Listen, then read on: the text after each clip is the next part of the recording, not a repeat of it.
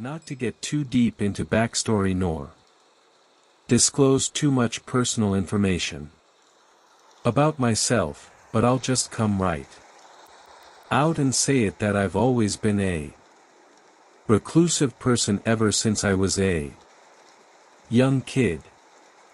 I didn't have many friends at all, and I spent most of my time playing video games on the computer or varying consoles I grew up with. As I got older, like high school, I started to get into just going on long walks exploring.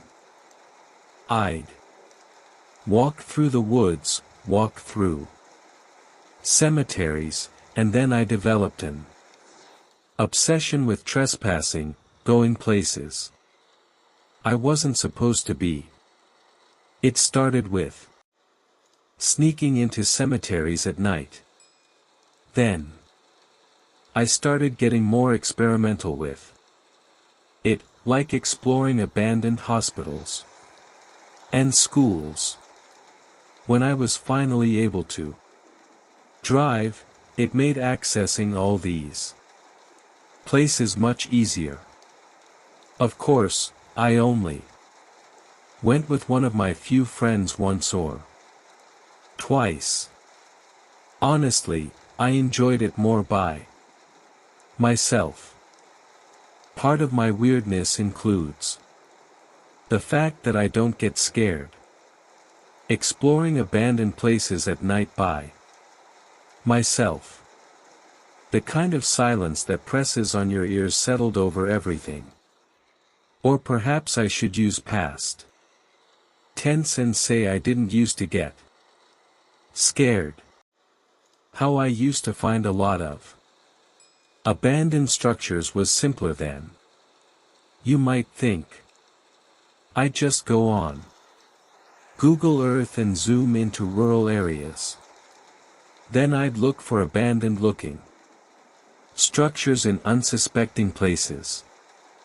I would then make a list of 5 to 10 locations of these structures and try to visit them all in one day. Sometimes they wouldn't be abandoned at all.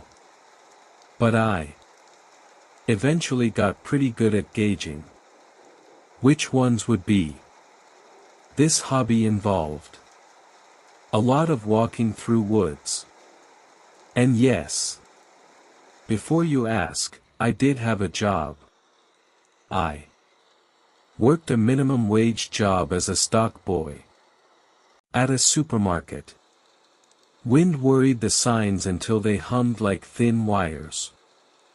So when I wasn't doing that or in school, a lot of time I was doing this. One of the places on my list one day turned out to be an abandoned little church.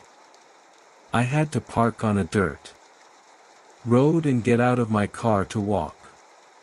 It was about a 10-minute walk. I'd always wear jeans and boots so that I travel faster through the woods without hurting myself. I started noticing old rusted garbage cans and other junk scattered in the woods, indicating I must have been close. And then I saw the clearing in the distance approaching along with a structure. And there it was, some dilapidated old church sitting in a random clearing in the woods. It had an old well right in front of the building. I walked over to it to see if it had been sealed, but surprisingly it hadn't been. Headlights stitched pale ladders across the road and then were gone. I looked down and it was so deep that it was pitch black down there. When I stopped and listened though, I heard something down there. It was a faint clicking sound. It happens like on a rhythm, one click after 2 seconds. It didn't sound like water droplets. The best I could describe it is a stick being tapped on a stone wall. Curious, I stared down for longer than I probably should have. Kind of like I was hypnotized by the sound. But eventually, I broke out of my daze and decided to go inside the church. I stepped onto the creaking wood porch, and the rotted boards gave slightly under my weight. Dust hung in the beam of my light like slow snow. The large double doors were ajar. Not surprising.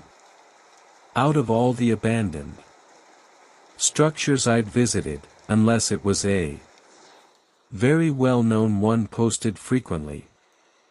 And on subreddits, there wouldn't really be anyone boarding these places up. I pushed one door open further, which led to a loud groan that echoed through the trees.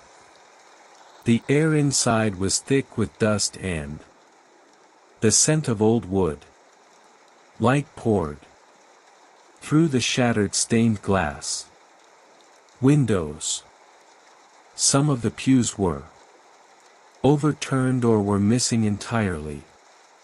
The pulpit stood crooked at the front end. Behind it an arched doorway led further into darkness.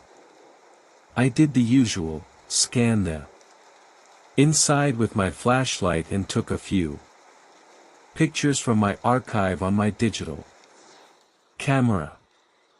There was an eerie beauty to the decay, a holy place like a church near ruin. Somewhere far off, a single dog barked and then thought better of it. It was beautiful but tragic.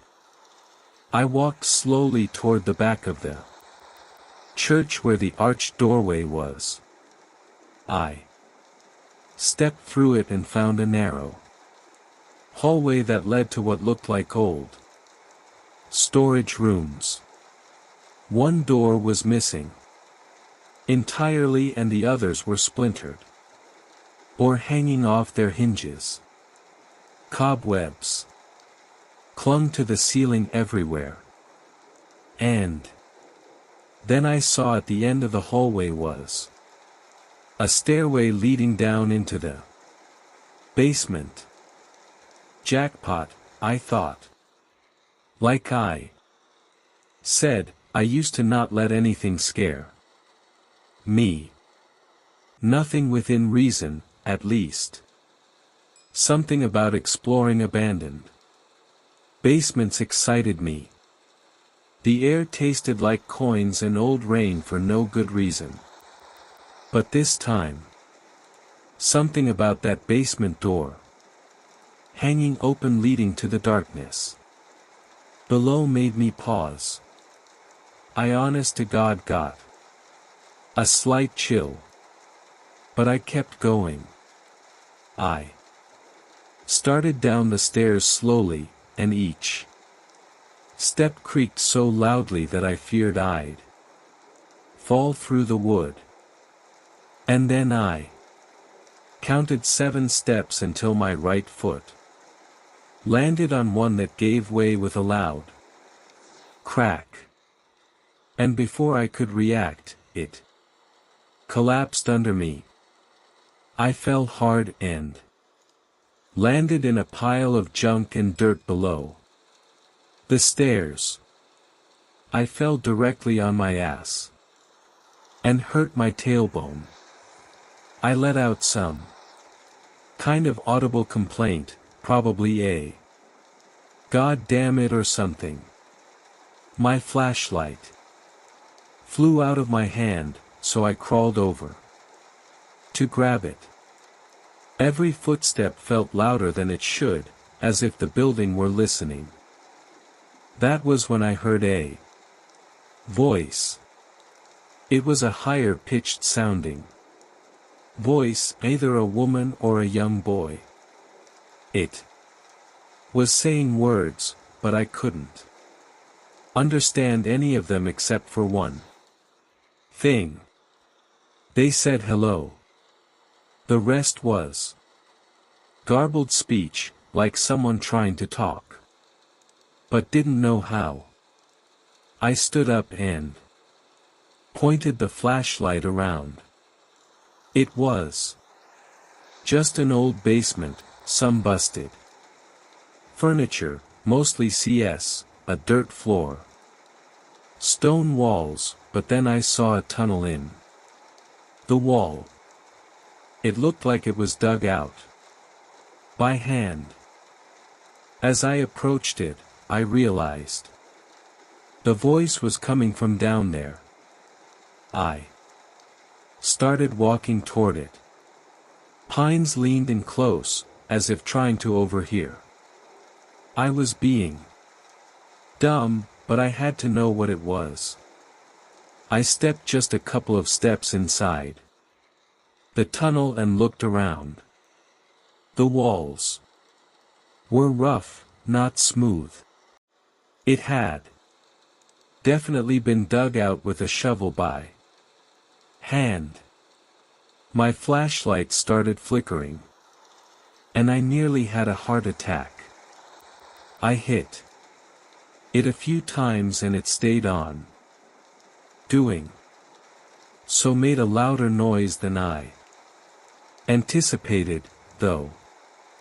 The voice got louder, still just garbled speech with that same strange tone, but I can now confirm it was coming from deeper inside this tunnel. And then it stopped. Everything was quiet for a few seconds. The engine's idle sounded like someone thinking in the dark. Then I heard a click. 2 seconds later, another click.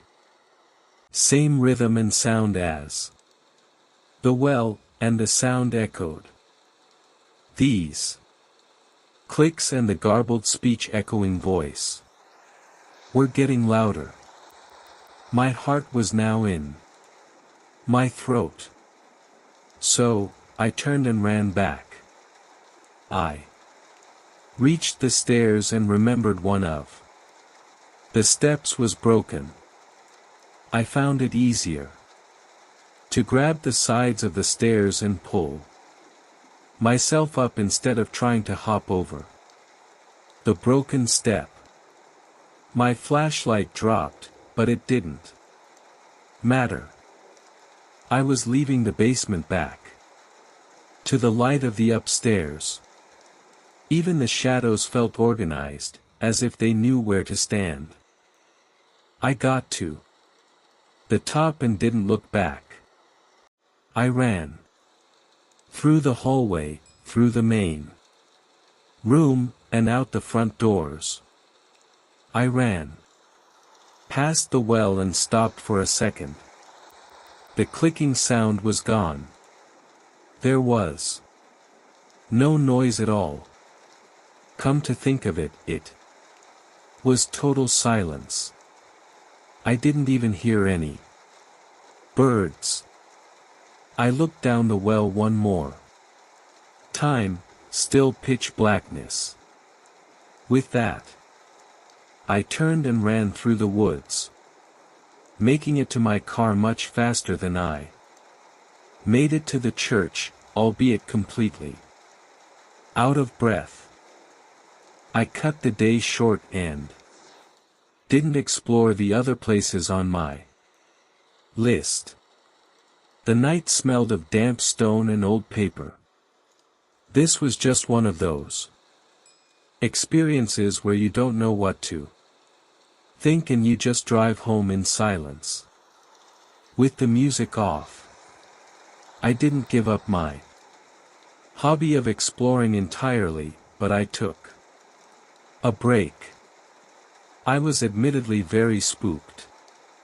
I hope it was just some other kids Exploring and they're trying to mess with people. But I don't know. When I think about it, that sounds really unlikely. This happened to me a while ago and is still stuck in my mind. Me and my friends often like to be in the outdoors. I'll refer to my friends as Caleb and Marco. We were bored and decided to go fishing deep in the woods, near some farmland.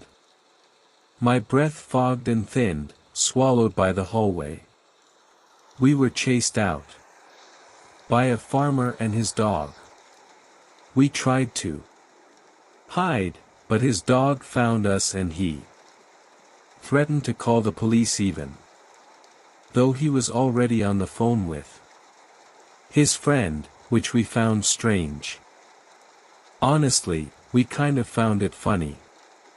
So, for whatever reason, we thought it would be a good idea to go back the next day and sneak onto the property to explore it. It was nearing about an hour before dark, and this property was huge, acres upon acres. We had to hike through some deep woods similar to the one we had been fishing in before. Although we scoped it out on Google Maps, it was still easy to get lost. I remember thinking to myself that we should be out of there before dark. At first, everything seemed normal and I wasn't getting any bad gut feelings. We were admiring the horses and petting them. We moved the way people do in museums, careful not to disturb the stillness. I remember thinking it was strange, having all this farmland and only horses. I compared it in my head to my uncle's farm, which is a lot smaller but has about 10 different types of animals. Not just one. I just brushed it off and thought that maybe the owner specialized in horses. After walking through the woods, we reached the fence bordering the property. Caleb was leading the way, I was in the middle, and Marco was behind us. This is when we stumbled upon a rundown house with multiple trophy cars and a broken-down RV. We were shocked at the discovery and snuck around some of the cars. There was also a very creepy rundown shed. It was crazy to see. I even took this video. The lake didn't ripple, it just watched back. __ Corvette. Raptor. Bentley. Holy __. There were multiple Porsches, Range Rovers, Ford Raptors, Bentley Sports cars, Corvettes, and Ferraris. The deeper we got and the more cars we saw, we realized we probably shouldn't be seeing this since some of the cars were parted out. We suspected it was probably a criminal ring stealing cars. After we had seen all the cars, Caleb decided it was a good idea to explore the inside of the camper. While Marco kept lookout, I held the door open for Caleb since he's kind of the smallest, so I thought he would be best suited to explore it. There was evidence somebody was living there. Fishing rods, fresh food, bedding, and other stuff. Although the Camper was run down, we understood it. Was somebody's home, so we got out of there. I forgot to mention, there were also car tires inside. Some thresholds feel like decisions you can't unmake. We weren't there to break or destroy anything. Just look around. We snuck around to the back of the property where all the cars were. There were side-by-sides and we made the connection that they were probably used to run the property. There was also a run-down shed, and when we went inside the back of it, we caught a foul, horrible smell. We kind of just brushed it off and laughed, joking that maybe it could be a body. None of us really believed it, though. Then we heard the gate at the entrance of the property open and slam. It was about 1,000 feet away. We were heading back to the woodline because we didn't want anyone to see us. The kind of silence that presses on your ears settled over everything. And that's when a van turned onto the street we were on. It was nearing dusk and the headlights were on.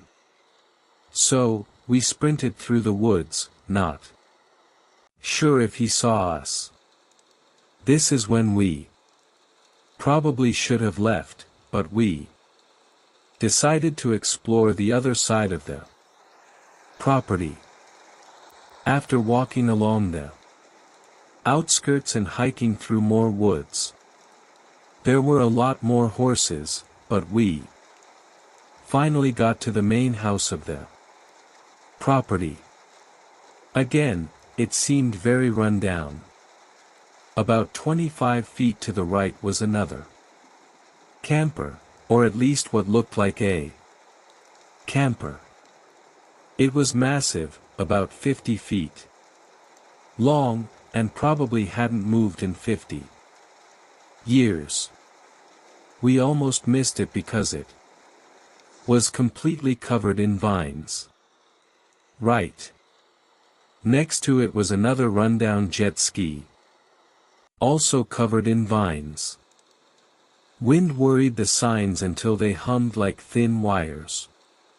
We managed to get the door open, but didn't want to make too much noise since we were so close to the main house. Even though it seemed abandoned, we wanted to be cautious.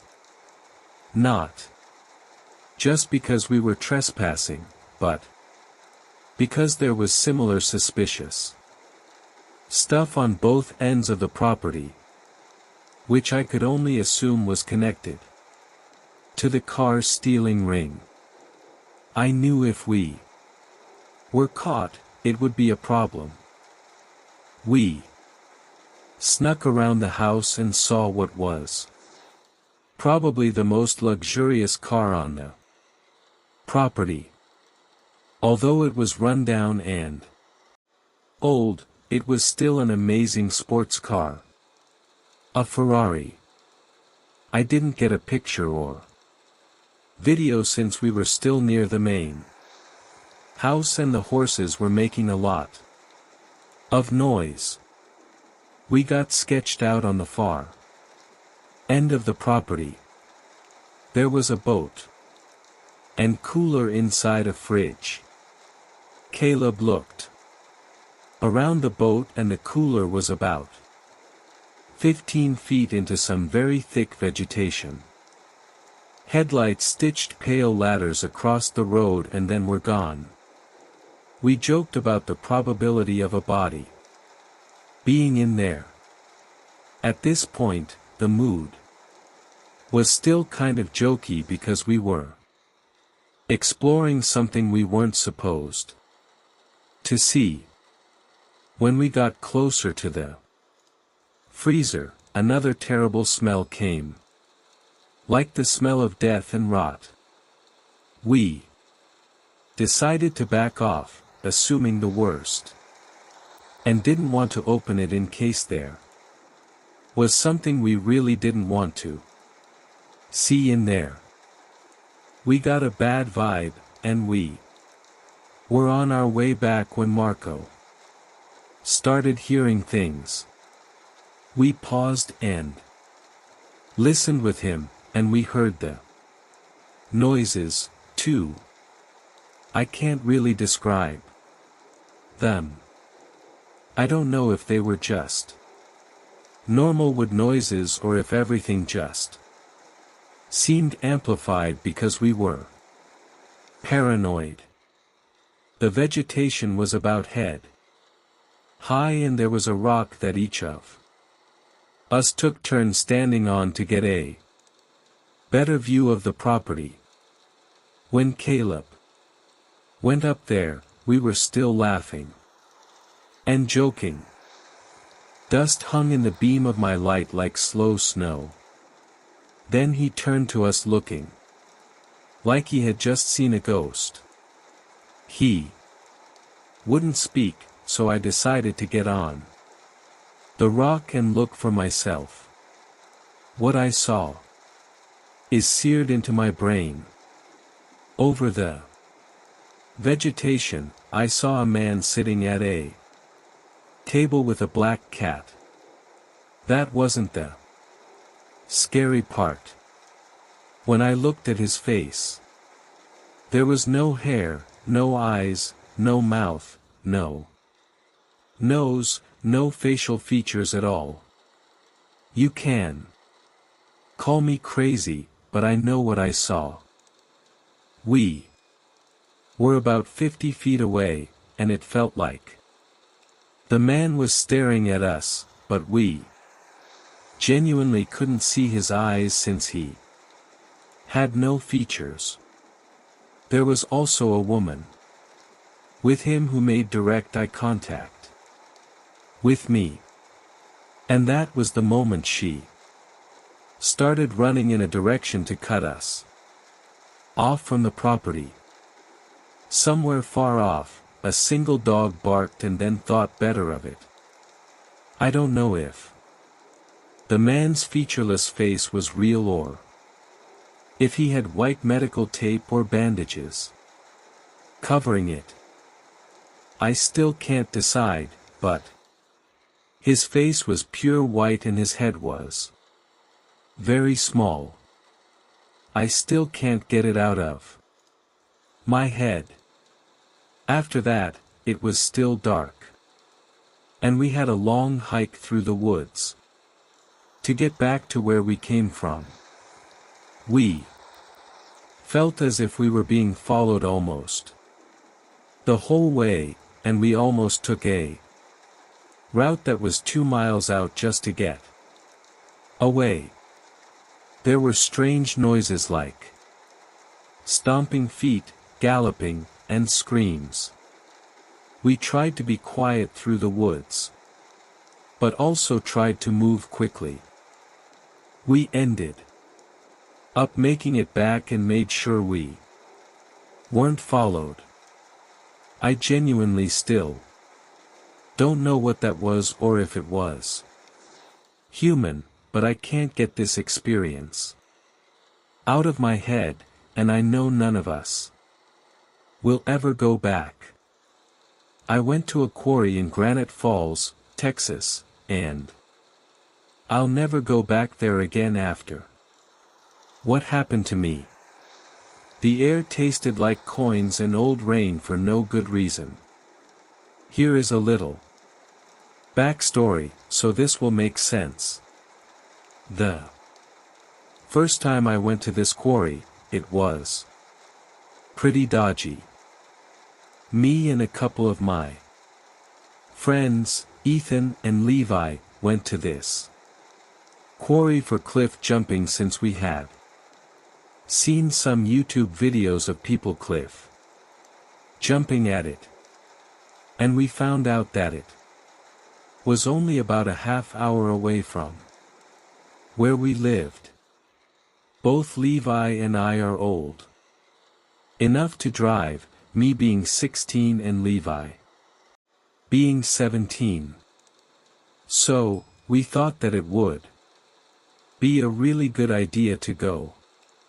Once we got to the quarry, it had a really dodgy vibe to it. There was a small dirt road that led up to the quarry, which made a circle around it.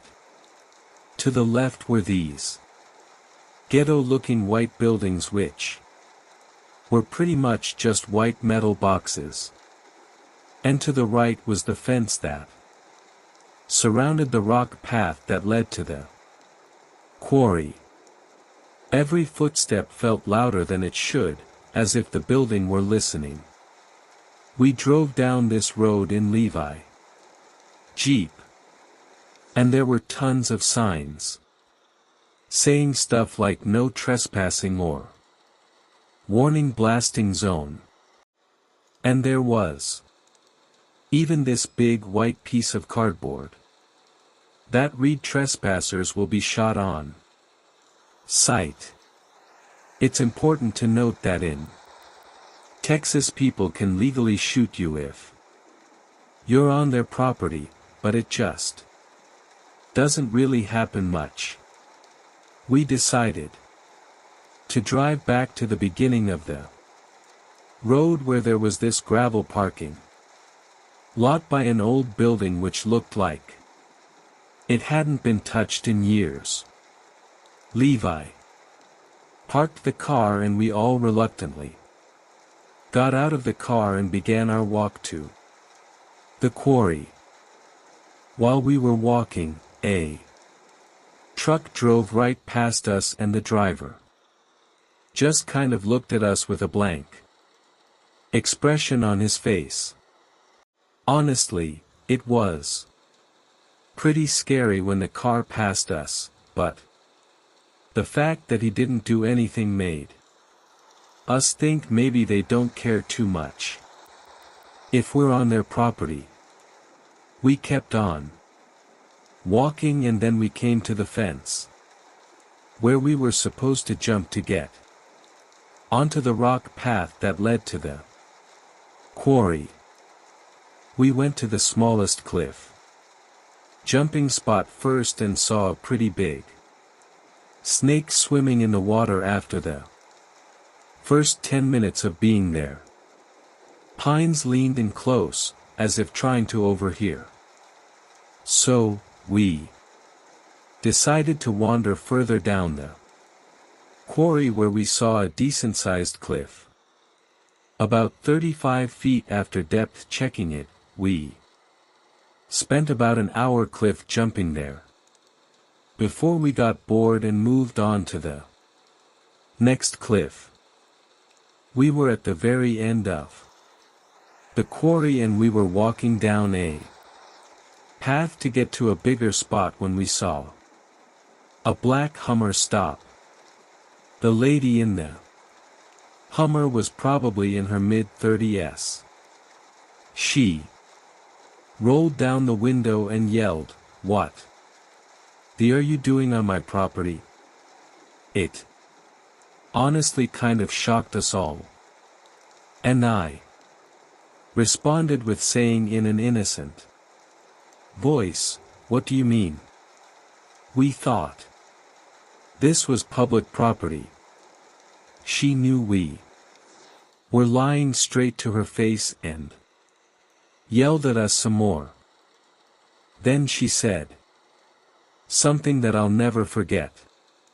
She picked up her phone and said, "Caleb, get the gun." Me, Levi, and Ethan all froze. We were scared to death. The engine's idle sounded like someone thinking in the dark. She said to follow her and drove slowly down the path about 20 feet to a gate. We decided to follow her. We were all saying that we were so sorry and that we would never "Come back again." And she let us go after, saying the cops are on their way, so you better haul ass that way before they get here. And pointed towards the dirt path that led us away from her property. We told her thank you and ran faster than any of us thought we could. Then we got in the Jeep and drove away. I wish this was the end of the story, but it isn't.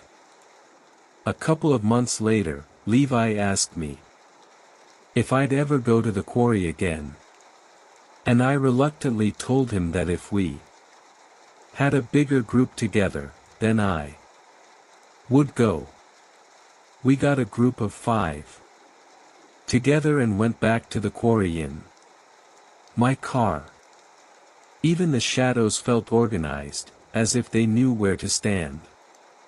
I drove, and after about an hour, we arrived at a church, which we would be parking at, which was about 2 minutes away from the quarry. We didn't want the lady somehow seeing our car and getting our license plate number. We walked down the dirt road that led to the quarry and passed by a few cars. One car stopped next to us and a guy who was probably in his early 20s told us to watch out for a black Hummer.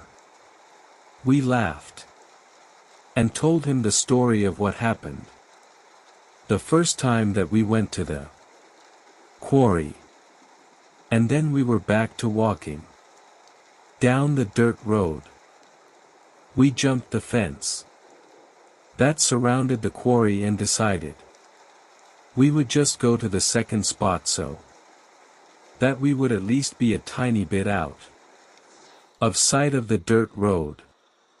We were at the spot for about an hour and having fun when a silver van pulls up at the end of the dirt road about 25 yards away.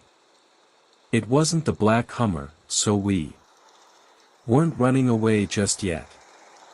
But we were getting our stuff ready in case we had to run. The night smelled of damp stone and old paper. It was for the most part out of our sight due to trees being in between us and the van. We waited there for about a minute and thought that the guy was just doing something in the car, when we heard 2 loud gunshots really close to us. The gunshots scared us half to death.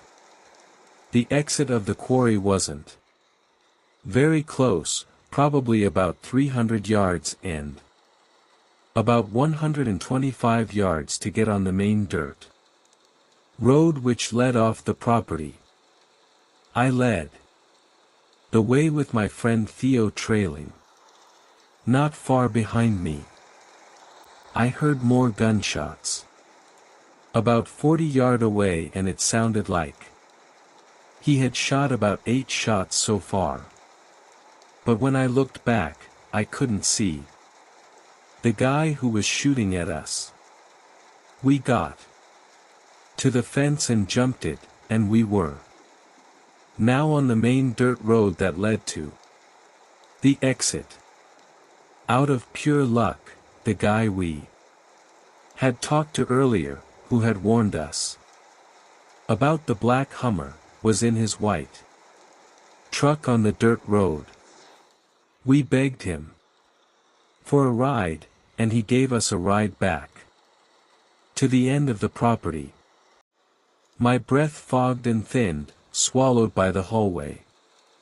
We thanked him and then ran back to the car. We all got in the car and drove away, never to see that quarry again. Back in 2018, my cousin Nolan and I were really into urban exploration. We had Been to old factories, shuttered schools, and forgotten farmhouses that looked like they were one good windstorm away from collapsing. We weren't stupid about it. We checked floors before walking on them, wearing masks where there might be asbestos, and avoided any place that seemed like it might be actively guarded. Still, there was one place we'd been talking about for months that neither of us had worked up the nerve to try. The big abandoned house on the shore of Lake Varro. It was the kind of property you only ever saw from a distance, sitting far back from the main road behind a set of tall iron gates that had been bent inward years ago. We moved the way people do in museums, careful not to disturb the stillness. Pines and brush had grown wild around the driveway, hiding most of the place, unless you caught a glimpse through the trees while driving past. Local rumors about the place were endless. The most common story was that a wealthy family had lived there in the 90s before suddenly disappearing. People claimed they'd left in the middle of the night without taking anything. Furniture, clothes, dishes, even family photos were supposedly still inside. Theories range from financial ruin to witness protection to something even darker. No one had ever bought it afterward, and the property had just sat there decaying for more than 2 decades. The afternoon we went, the weather was gray and still. We parked at a hiking trailhead about a half-mile from the property, and we walked in through the woods to avoid being seen from the road. As we got closer, the roof line appeared through the trees, and I realized just how big the place really was. The lake didn't ripple, it just watched back. 3 stories with tall windows and a wide round porch, all in various stages of rot. Paint peeled off in long strips like sunburnt skin, and sections of the porch sagged inward. We circled around to the back, moving quietly in case there was anyone nearby. The back door was unlocked, and the moment we stepped inside, the air changed. The air was still and smelled faintly of lake water and dust. The kitchen was the first thing we saw. It looked like a movie set, frozen in time. Plates were stacked neatly on the counter, and a coffee cup with a brown ring of dried residue sat beside the sink. The cabinet stood open, showing old boxes of food that were long expired. A faded calendar on the wall still hung open to May 1997. Some thresholds feel like decisions you can't unmake. We moved through the downstairs slowly. The living room still had furniture draped in yellowed sheets. The fireplace was still filled with crumbling ash-like. The last fire had burned out decades ago. Family photos were hung in the hallway, with people smiling at barbecues and dressed up for Christmas.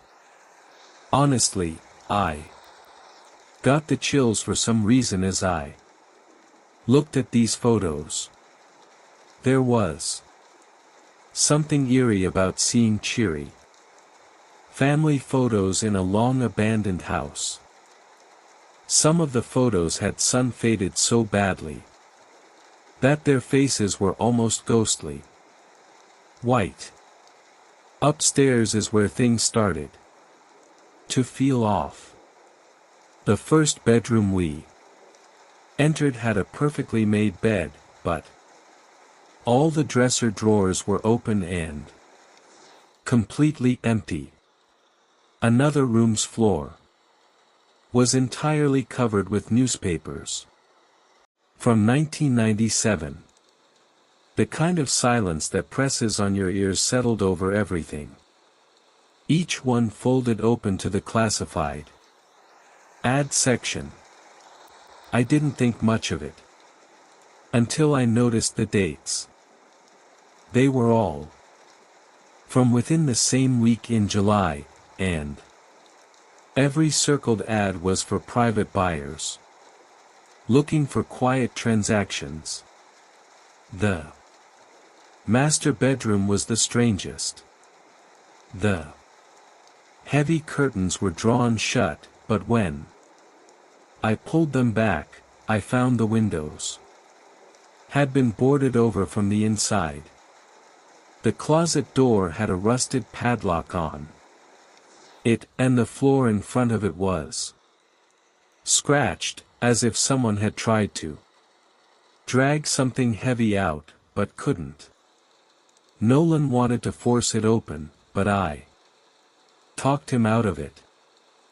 We didn't have tools, and I wasn't eager to break something in a place where we weren't supposed to be. He suggested we check the basement before leaving.